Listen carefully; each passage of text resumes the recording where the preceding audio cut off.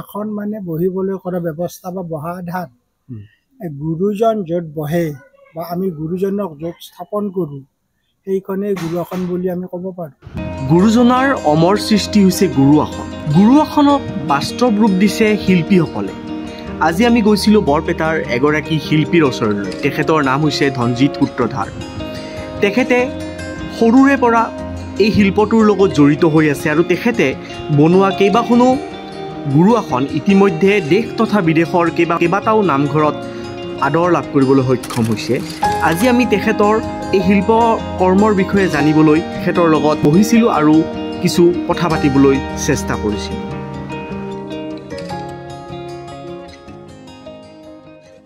নমস্কাৰ, মই বিকাশ আৰু আপোনালোকে চাই আছে দৃষ্টিকোণ। আজি মই উপস্থিত আছোঁ বৰপেটাৰ এগৰাকী শিল্পীৰ সৈতে আৰু তেখেতৰ নাম হৈছে ধনজিৎ সূত্ৰধাৰ। তেখেত বৰপেটাৰ কুজিৰদহাটীৰ নিবাসী আৰু তেখেতক আজি আমাৰ অনুষ্ঠানত পাই যথেষ্ট হৈছোঁ। আজি বিশেষকৈ এই ভিডিঅ'টিত আমি গুৰু আসনৰ বিষয়ে কথা পাতিম। তেখেতে বহু বছৰৰ পৰাই গুৰু আসন নিৰ্মাণৰ লগত জড়িত হৈ আছে। তেখেতে বনোৱা গুৰু আসন কেইবাটাও নামঘৰত আছে আৰু সেই গুৰু আসনৰ বিষয়ে জানিবলৈ হ'লে আমি গুৰু আসন নিৰ্মাণ কৰা সেই শিল্পীসকলৰ লগত আমি কথা পাতিব লাগিব। সেই উদ্দেশ্যেৰে আজি আমি তেখেতক আমাৰ অনুষ্ঠানত আমন্ত্ৰিত কৰি আনিছোঁ। আপোনাক প্ৰথমতে আমি আমাৰ অনুষ্ঠানলৈ স্বাগত জনাইছোঁ। আপোনাক প্ৰথমতে মই সুধিব বিচাৰিছোঁ যে আমি যিহেতু গুৰু আসনৰ কথা কৈছোঁ, গুৰু আসনৰ আচলতে তাৎপৰ্যটো কি? গুৰু আসন বুলি কোৱাৰ লগে লগে আমি সাধাৰণ অৰ্থত আসন বুলি কওঁতে আমি আসন মানে বহিবলৈ কৰা ব্যৱস্থা বা বহা ধান গুৰুজন য'ত বহে বা আমি গুৰুজনক য'ত স্থাপন কৰোঁ সেইখনেই গুৰু আসন বুলি আমি ক'ব পাৰোঁ। গুৰু বুলি কোৱাৰ লগে লগে শ্ৰীমন্ত শংকৰদেৱ আমাৰ গুৰু।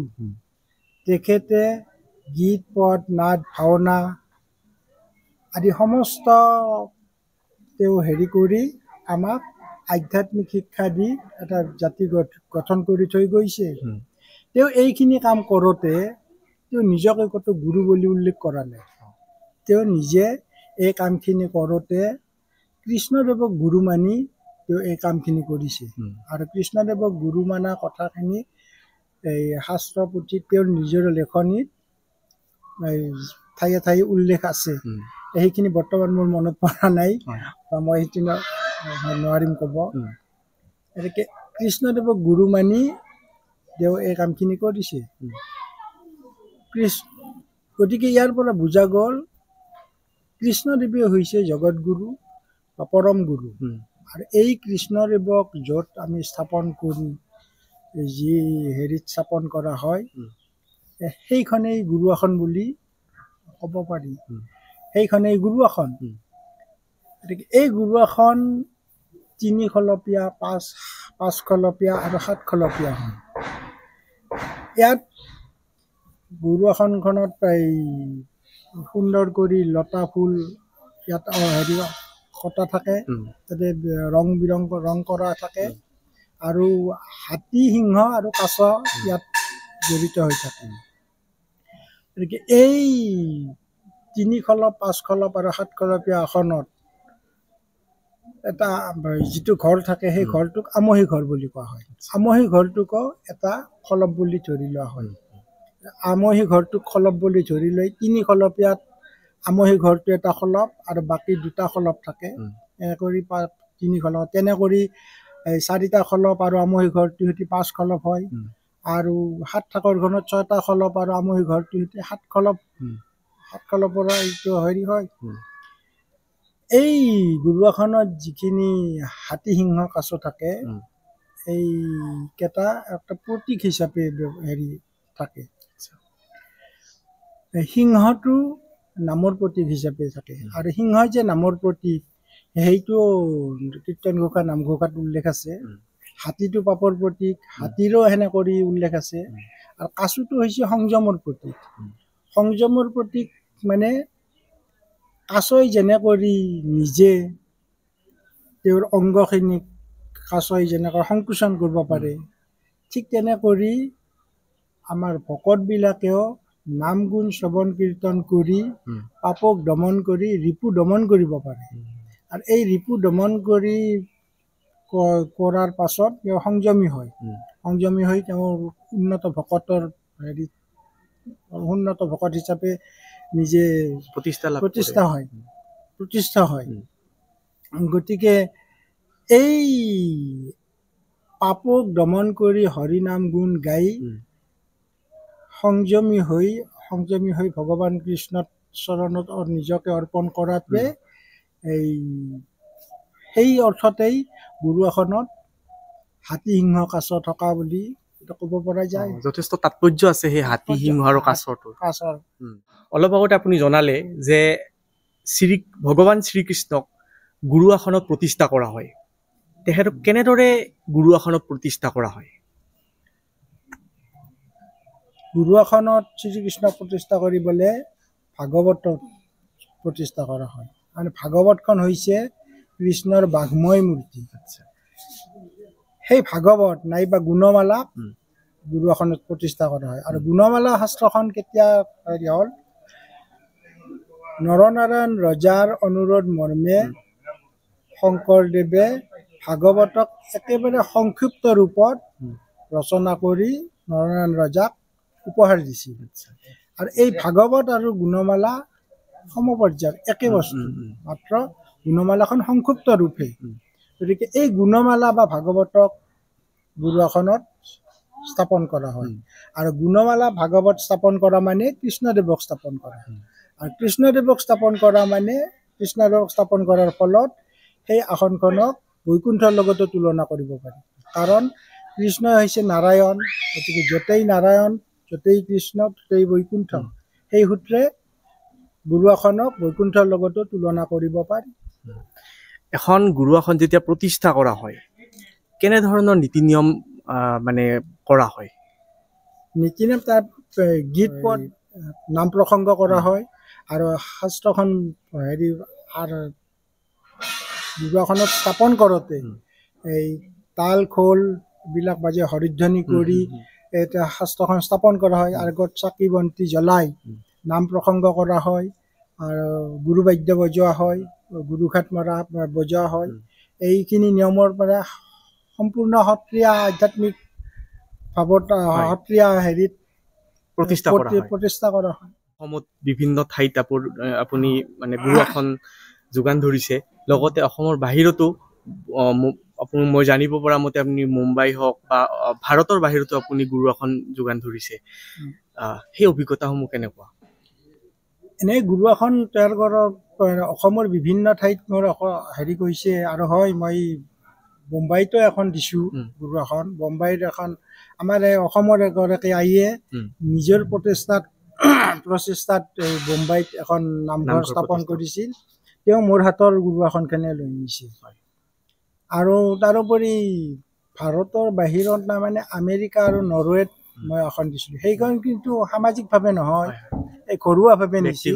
ব্যক্তিগতভাৱে ঘৰত স্থাপন কৰাৰ কাৰণে সৰু আকাৰৰ গুৰু আসন তাতে মই কৰিছোঁ। আৰু অসমৰ বিভিন্ন জেগাত বিভিন্ন মানুহৰ ঘৰত কৰিছোঁ। আৰু গুৰু আসনৰ উপৰিও নামঘৰৰ কাৰণে দৰ্জা, আৰু এই দৰ্জাৰ ওপৰত যে থাকে কাপেলি বুলি কয়, এই কাপেলি সেয়াও মই তৈয়াৰ কৰি নামঘৰৰ আপুনি বহুত বছৰ ধৰি গুৰু আসন বনাই আছে।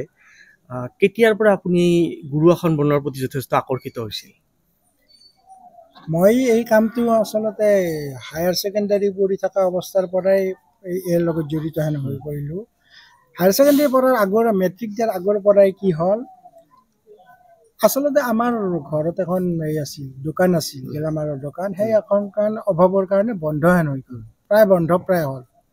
হওঁতে কি হ'ল, ককা দেউতাৰ দিনৰে হাতুৰি বাতুৰি যিবিলাক কিছুমান মানে সঁজুলি আছিল, সেইখিনিৰ লগত দুই এপদ বস্তু আৰু কিনি লৈ দেউতাই কি কৰিলে, সংসাৰ চলাবৰ কাৰণে এই সৰু সৰু চিয়াৰ আৰু তাঁতশালৰ কাৰণে মাকু, তাঁতশাল আৰু এনেকৈ কিছুমান সৰু সৰু বস্তু তেওঁ তৈয়াৰ কৰি বিক্ৰী কৰা হ'ল। সেনে কৰি আমাৰ সংসাৰ চলিল।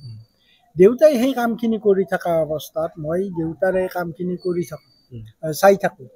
চাই থাকি মই দেউতাৰ পৰা এইখিনি শিকিলোঁ যে কৰত এখনেদি কাঠ কেনে কৰি কাটিব লাগে, বাতৰিটো হাতুৰি কেনে কৰি ব্যৱহাৰ কৰে, বাতৰিৰ এফালে হেলনীয়া থাকে, এফালে চিধা থাকে, হেলনীয়া ফালে ধৰিলে কোনফালে যায়, চিধা ফালে ধৰিলে কেনে কৰি কাটে, এইবিলাক চাই মই এটা ধাৰণা এটা লৈ ল'লোঁ। লৈ কিন্তু এই অস্ত্ৰ পাতিৰ ব্যৱহাৰৰ ধাৰণাটো হোৱাৰ পাছত মোৰো কিবা কৰিবাৰ মনত মানে হেৰি, সেই সময়ত আজিৰ মতে সেই সময়ত মই সৰু ল'ৰা আজি হায়াৰ ছেকেণ্ডেৰী পঢ়া ল'ৰাই বহুত আগবাঢ়ি গৈছে, কিন্তু আমাৰ দিনত অলপ আমি পিছ মানে সৰুৰ হিচাপত ধৰা সেই হিচাপত মই এই কৰাৰ কাৰণে মোৰ মনত খুদুৱনি লাগি থাকে, কেনে কৰি কি কৰোঁ, এই বস্তুখিনিৰ ব্যৱহাৰটো মই নিজেও কৰি চাবৰ ইচ্ছা। গতিকে এই দেউতাই কৰা কাটা কাঠ পাতৰে মই কিছুমান কাটি কুটি কি কৰোঁ, মনত কি ভাব আহে এনে কাটি থাকোঁ, কৰত হাতুৰি বটাৰ দিয়ে হেৰি কৰি থাকোঁ। কিন্তু সেই কাটি থাকোঁ যদিও মই কিন্তু দেউতাৰ কামটোৰ প্ৰতি, দেউতাই যি কাম কৰে সেই বস্তু তৈয়াৰ কৰাৰ মোৰ ইচ্ছা নাই। মই অলপ কিবা বেলেগ কিবা কৰাৰ ইচ্ছা। সৌভাগ্যক্ৰমে আমাৰ ঘৰৰ গুৰিতে আমাৰ জেঠাৰ ল'ৰা এজন, এই আপোনাৰ ফটোত আছে, তেওঁৰ নাম চিত্তৰঞ্জন দাস। তেওঁ গুৰুৱাসনৰ কাম কৰে। তেওঁ বৰপেটাৰ বিখ্যাত শিল্পী এই জগন্নাথ দাস, সম্ভৱ দাস উপাধিটো মোৰ সঠিক নহ'ব পাৰে। তেওঁ তাতে এই সৰু কালৰ পৰাই তেওঁ হেৰি শিকিছিল। তেওঁ শিকি এই ঘৰত তেওঁ কি কৰে, দিনত কাম কৰে আৰু নিজা কৰি অৰ্ডাৰ লৈ তেওঁ ঘৰত, মোৰ ওচৰতে ঘৰ, তেওঁ হেৰি তাতে কাম কৰে। তেওঁৰ মই কাম চাই থাকোঁ। তেওঁৰ কাম চাই থাকি তেওঁৰ কামৰ প্ৰতি মোৰ আকৃষ্ট হ'ল। তেওঁ ৰং বিৰঙৰ এই লতা ফুল কাটে, সেইটোৰ প্ৰতি মই আকৰ্ষিত হৈ ময়ো কি কৰিলোঁ, আহি দেউতাৰ অস্ত্ৰ পাতিখিনি লৈয়ে, দেউতা নোহোৱা অৱস্থাত ময়ো এই কিবা একডাল কাঠ, এই পেলনীয়া কাঠত আনি হেৰি কৰি কিছুমান মই নক্সা কাটাৰে অভ্যাস কৰিলোঁ। অভ্যাস কৰি কিছু মোৰ মানে হেৰি হ'ল, এই চাই দাদাৰ কাম চাই আৰু মোৰো অভ্যাস কৰাৰ হেৰিটো গোটেইখিনি যোগ কৰি লৈ মোৰো মনত মানে গুৰুৱাসন তৈয়াৰ কৰাৰ এটা মানে সাহস এটা আহিল। এতিয়া কি কৰোঁ, কেনে কৰি কৰোঁ, অৱস্থা বেয়া, কাঠ কিনিবৰ পইচা নাই। সেনে কৰি ভাবি থাকোঁতে কেইদিনমান যোৱাৰ পাছত কি হ'ল, ঘৰত এদিন খৰি লগা হ'ল। এই সময়ত গেছ নাছিল আমাৰ, এই খৰি দি ভাত ৰান্ধে, খৰি কিনিবৰ পইচা নাই ঘৰত। এখন শিমলু গছৰ তক্তা আছিল, সেইখন দেউতাই ক'লাক কি বোলে এইখন খৰি ভাতৰ কাৰণে ফালি দি। তেতিয়া মোৰ লগে লগে মাথাত খেলি গ'ল, বোলে এইখনৰ গুৰুৱাসন তৈয়াৰ কৰিম আৰু খৰিৰ কাৰণে এই সৰু কালত আমি লগৰ লগত খেলোৱা বেত, এই বাঁহৰ ষ্টাম্প এই আছিল 12ডাল মান, বেত আছিল 3খনমান, সেইখিনি ফালি খৰিৰ যোগাৰ ধৰি এই লগে লগে মই ঘৰত উলিয়াই জোখ মাখ কৰি কাটি এখন গুৰুৱাসন তৈয়াৰ কৰিছোঁ। সেই কাঠডালেৰে, সেই শিমলু কাঠ তক্তাখনে কৰি। তেতিয়া ৰঙৰ 50 গ্ৰাম ৰঙৰ দাম আছিল 2 টকা 4 আনা নাকি এনেকুৱা দাম, 2 টকা পৰা 2.5 টকাৰ ভিতৰত। 3টামান ৰং কিনি আনি এই আসনখনত হেৰি কৰি দিলোঁ, মাৰি দিলোঁ। আসনখনত ৰংখিনি দিয়াৰ পাছত এজনে দেখি সিখনে পচন্দ লাগি 225 না 250 টকাত তেওঁ কিনি লৈ গ'ল। সেই সময়ত 225 টকা। আৰু তেওঁ আৰু বিক্ৰী কৰিছে, তেওঁ আৰু হয়তো 300 350 মানত হয়তো বিক্ৰী কৰিছে। তেওঁ তাৰমানে ব্যৱসায় হ'ল, কিতাপৰো ব্যৱসায় কৰে। তেওঁ সেই হেৰি কৰিলে, সেইখন বিক্ৰী কৰি এইটো কামেই কৰিব লাগিব। কাৰণ কিয়, শিক্ষাইতো বৰ বেছি আগবাঢ়িব নোৱাৰিলোঁ, আৰু দ্বিতীয়তে চাকৰি বাকৰি পৰা আৰু হেৰি নাই। গতিকে এইটো কামেই কৰিম বুলি ভাবি কি কৰিলোঁ, এই আৰম্ভ কৰিলোঁ। এই গামেৰি কাঠ 2 এখন কিনি আনি, সেই সময়ত গামেৰি কাঠৰ দাম 150 পৰা 160-70 টকাত কেবিত, আৰু সৰু এখনৰ কাৰণে 2 কেবি কাঠ হ'লে হৈ যায়। গতিকে এনে কৰি, আৰু ঘৰত দেউতাই যিহেতুকে কিছু কাম কৰে, দেউতাই কৰা কামৰো কিছুতো সৰু সুৰা কাটা কাঠ থাকেই। সেইবিলাকো ব্যৱহাৰ কৰিলোঁ। ব্যৱহাৰ কৰি এনে কৰি চলি 3-4 বছৰমান এনে কৰি যোৱাৰ পাছত অলপ 2-এখন কৰি অৰ্ডাৰ অহা হ'ল। সেই এনে কৰিয়ে মানে গুৰু আসনৰ ব্যৱসায়টো মোৰ আৰম্ভ হ'ল। তাৰে মাজত আৰু কি কেইবছৰমান মই এনেকৈ কেনে হ'ল কি গুৰু আসনৰ কামটো শিকাৰ পাছতো এই চতুৰ্থ বৰ্গৰে হওক বা কি শেষত চাকৰিৰ কাৰণে অলপ ঘূৰিলোঁ। হেৰি কৰিলোঁ। সেই সময়ত AGP চৰকাৰ চাকৰি বন্ধ কৰি থৈ দিয়ে। এই দৰখাস্ত ক'ৰবাত কৰোঁ, কৰি ইণ্টাৰভিউ দিব নাপাওঁ। এনে কৰি থাকি পাছত ভাবিলোঁ কি নহয় এই ঘূৰি চাকৰিৰ হেৰিত ঘূৰি ফুৰাত কৰি এই কামটোকে ভাল কৰি থৈছোঁ। তাৰপাছত সেইটো কৰিলোঁ। কৰি আজিও কিন্তু মই সেই পূৰ্বৰ পৰা যেনে কৰি আছোঁ সেনে কৰিয়ে কৰি আছোঁ। কাৰণ ইয়াত আৰু কি হ'ল মই এইটো ডাঙৰ কৰি ব্যৱসায়ৰ এটা হেৰিটো কৰিব পৰা নাই। আৰু নকৰাৰ মোৰ হেৰিটোও নহ'ল, মানে এইকাৰণে কৰা নহ'ল সম্ভৱ ভগৱানৰ এইটো ইচ্ছা নাই কিজানি। মই বৰপেটা সত্ৰৰ লগতো জড়িত। গতিকে সত্ৰত আমাৰ বংশীয় দায়িত্ব থাকে। এই বংশীয় দায়িত্বত সেৱায়ত কাম কৰিব অহাৰ কাৰণে অহাৰ ভাৱত এই কামটোক মই সম্পূৰ্ণ ব্যৱসায় ৰূপতো মানে হেৰি কৰবাৰ ইচ্ছা কৰা নাই। গতিকে এই অৰ্ডাৰ বান্ধৱসকল আহে, অৰ্ডাৰ কৰে, সেই অৰ্ডাৰ লৈ কামটো কৰোঁ, কৰি তেওঁক দিওঁ, পইচাখিনি লওঁ, সেইটোৱে চলি আছোঁ। কিন্তু এইটোক যে মই ব্যৱসায় আকাৰত বিৰাট কাৰখানাৰ হেৰি ৰূপ দিব লাগে সেইটো ভাৱ মোৰ অহাও নাই আৰু মোৰ ক্ষমতাও নহ'ল, সুবিধাও হোৱা নাই।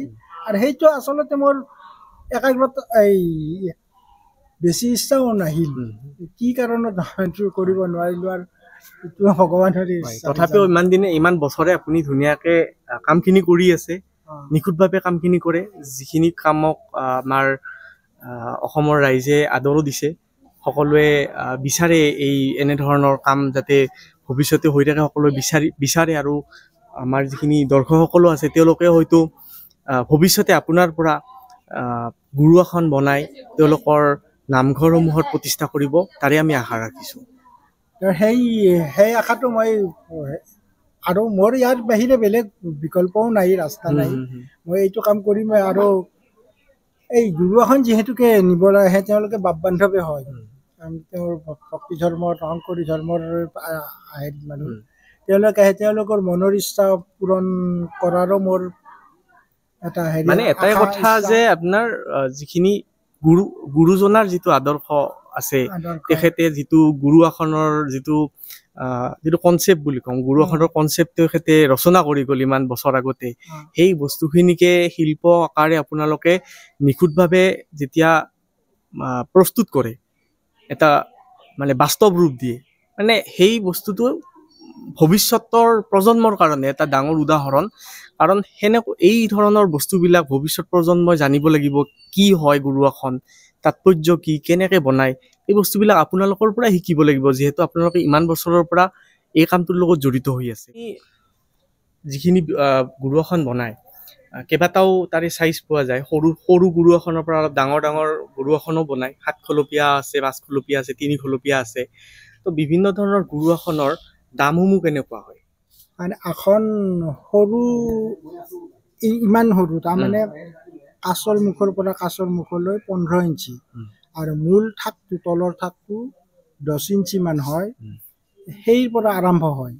সেই আসনৰ দাম 15,000, 16,000 তাৰ পৰা আৰম্ভ হৈ মানে চাইজ অনুক্ৰমে ডাঙৰ হৈ থাকে আৰু পইচাও বাঢ়ি থাকে। 15,000, 17,000, 20,000, 22,000, 25,000, 35,000, 40,000। তাৰোপৰি 5 থাকৰ হ'লে 70-75, 7 থাকৰ হ'লে লাখৰ ওপৰত যায়। আৰু চেগুন কাঠৰ হেৰি হ'লে আৰু দাম বেৰে, 1,70,000-80,000লৈও। এই যিখিনি গুৰু আসন বিলাক মানে কি বিশেষকে কি কাঠৰ বনোৱা হয়? এনে সাধাৰণতে গামেৰী কাঠৰে বেছিকৈ বনোৱা হয়। কিছুমানক এই চেগুন কাঠৰো লাগে। চেগুন কাঠৰ দামটো বেছি আৰু কাটাত অলপ গামেৰী কাঠত কৰি কাটাত অলপ টান অলপ। আৰু সেইকাৰণে সেইটোত অলপ দামো বেছি পৰে, কাঠটোৰ দামো বেছি, আৰু তাতে পাৰিশ্ৰমিকো অলপ বেছি কৰি মানে খৰচ কৰিব লগা হয়। সেইকাৰণে সেইটোৰ দামটো বেছি হয়। এখন যদি 7 থাকৰ গুৰুৱাখন এখন চেগুন কাঠৰ হয়, চেগুন কাঠৰ 7 থাকৰ গুৰুৱাখন এখনত দাম 1,70,75,000 হ'ব, হৈ যাব। আৰু সেইখন যদি গামেৰী কাঠৰ হয়, 25,000-30,000 টকা দাম কমি আহিব। 1.5 লাখ মান বা 1,40,000 মানতে গামেৰীৰ মানে কাঠ লৈ পৰিব, আৰু কাঠ আৰু যিমান চেগুন কাঠ হলে যথেষ্ট দাম, গামেৰী হলে মানে অলপমান কম দামটো এই কাৰণে হয়, এই কাঠটোৰ দামো কম, আৰু গামেৰী কাঠ চেগুন কাঠত কৰি গামেৰী কাঠত কাটিবলৈ অলপ সহজ, অলপ সুবিধা। আমি আমাৰ লগত উপস্থিত থকা ধনজিৎ দাদাৰ লগত কিছু কথা পাতিলো গুৰু আসনৰ বিষয়ে। তেখেতে আমাক বহুতখিনি কথাই আমাক ক'লে, গুৰু আসন এখন কেনেকৈ প্ৰতিষ্ঠা কৰা হয়, কেনেকৈ তেওঁলোকে বনায়, আৰু ক'ত ক'ত গুৰু আসন তেওঁলোকে ইতিমধ্যে যোগান ধৰিছে, আৰু গুৰু আসন এখন বনালে কিমানমান দাম পৰে, সেই বিষয়ে তেখেতে আমাক বহুতখিনি কথাই জনালে। আপোনালোকে যদি গুৰু আসন বনাব বিচাৰে, তেখেতৰ লগত আপোনালোকে কণ্টেক্ট কৰিব পাৰিব। মই তেখেতৰ নাম্বাৰটো আমাৰ চেনেলৰ ডেছক্ৰিপশ্যনত দি দিম, আৰু তেখেতৰ লগত আপোনালোকে আলোচনা কৰি গুৰু আসন এখন বনাব পাৰিব।